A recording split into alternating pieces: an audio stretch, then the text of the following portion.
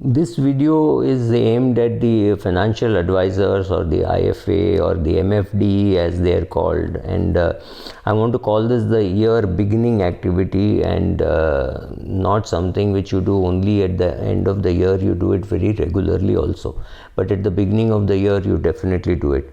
Please understand that client interaction and client education and learning from the client. A lot of clients read a lot, so sometimes it's worthwhile, many a times it's worthwhile understanding why a client is doing a particular thing or even asking a particular question.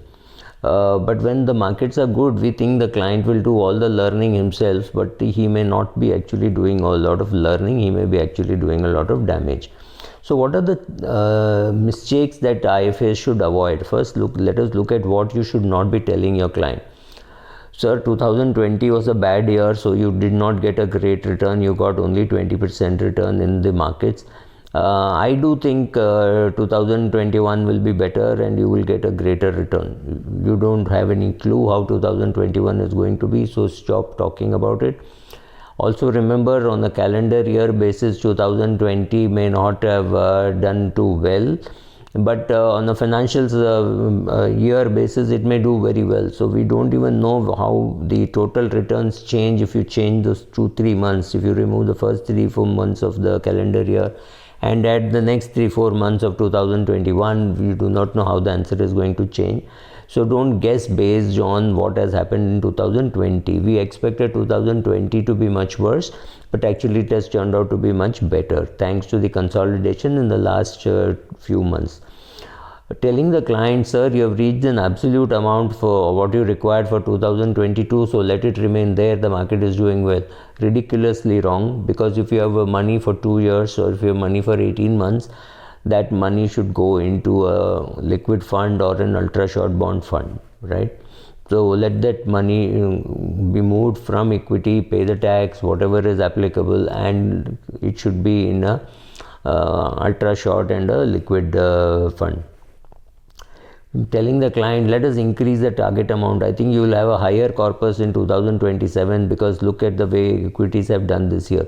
Again, wrong. You do not know how equities will perform over the next 7 years or next 6 years. So partially removing some money and putting into debt makes more sense. I'm sure in telling the client, I'm sure in 2021 you will get better returns. I see people doing it. Be very careful. May or may not be true. Sir, let us check. One more thing is IFA is taking sectoral calls saying, let's put some money in IT, let's put some money in pharma and banking. Don't try taking these calls. These are for experts. So go for a well diversified large and mid cap fund or something like that. Don't go for specific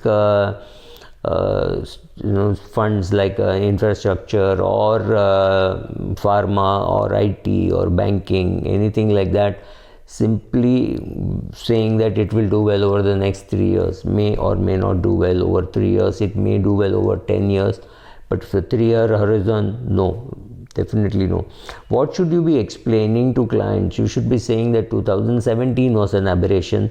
Similarly, 2020 was a huge aberration. What happened in the market is no connect.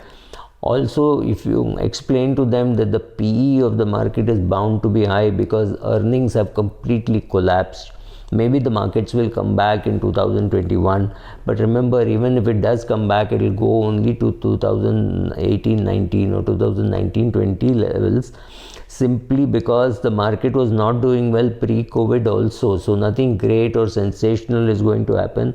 Growth is already over discounted, right? So explain that these are the reported CAGR and all could be higher, but don't get carried away with that. Explain 3-year, 5-year rolling returns, specific returns, and not just the CAGR, because the CAGR hides the -40 and the +80, right? So the question to ask the client is, how would have you felt at -40 and how would have you felt at +80, right? Assess how he would have felt rather than what he is now talking. He would have said, oh, I knew that was a good time to invest. No, the question is, what did he actually do? Did he panic? Did he call you up 20 times a day? Did he change his financial advisor? These are all indicators as to he wants to do something very different from what you are asking him to do. So improve your communication with him. The excess return that he may have got in 2020 should perhaps be skimmed out of equity and kept in a debt fund, especially if his goals are in 2027 and 2028, right? Explain that returns are got by the market, not by your skill. It just happened that he was in the market, he took the risk, he got the reward. It is, and you are lucky that he listened to you, and he is lucky that he found you. That's all. But don't take credit for saying I created a 40% return in his portfolio. You didn't, the market did. Give credit to the market, because when things go wrong, you'll say, हाँ मैंने try किया लेकिन market नहीं चला. If you are going to say market नहीं चला at some stage in the future, which will happen to all of us, then don't take credit for the market going up also.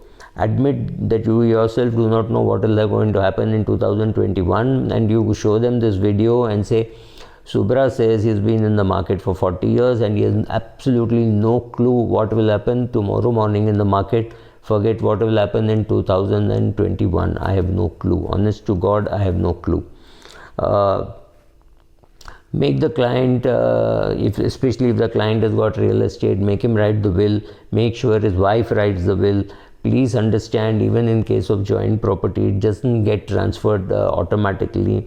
So making a will is very useful. So consolidate your client's assets, etc., and also write his will. Thank you.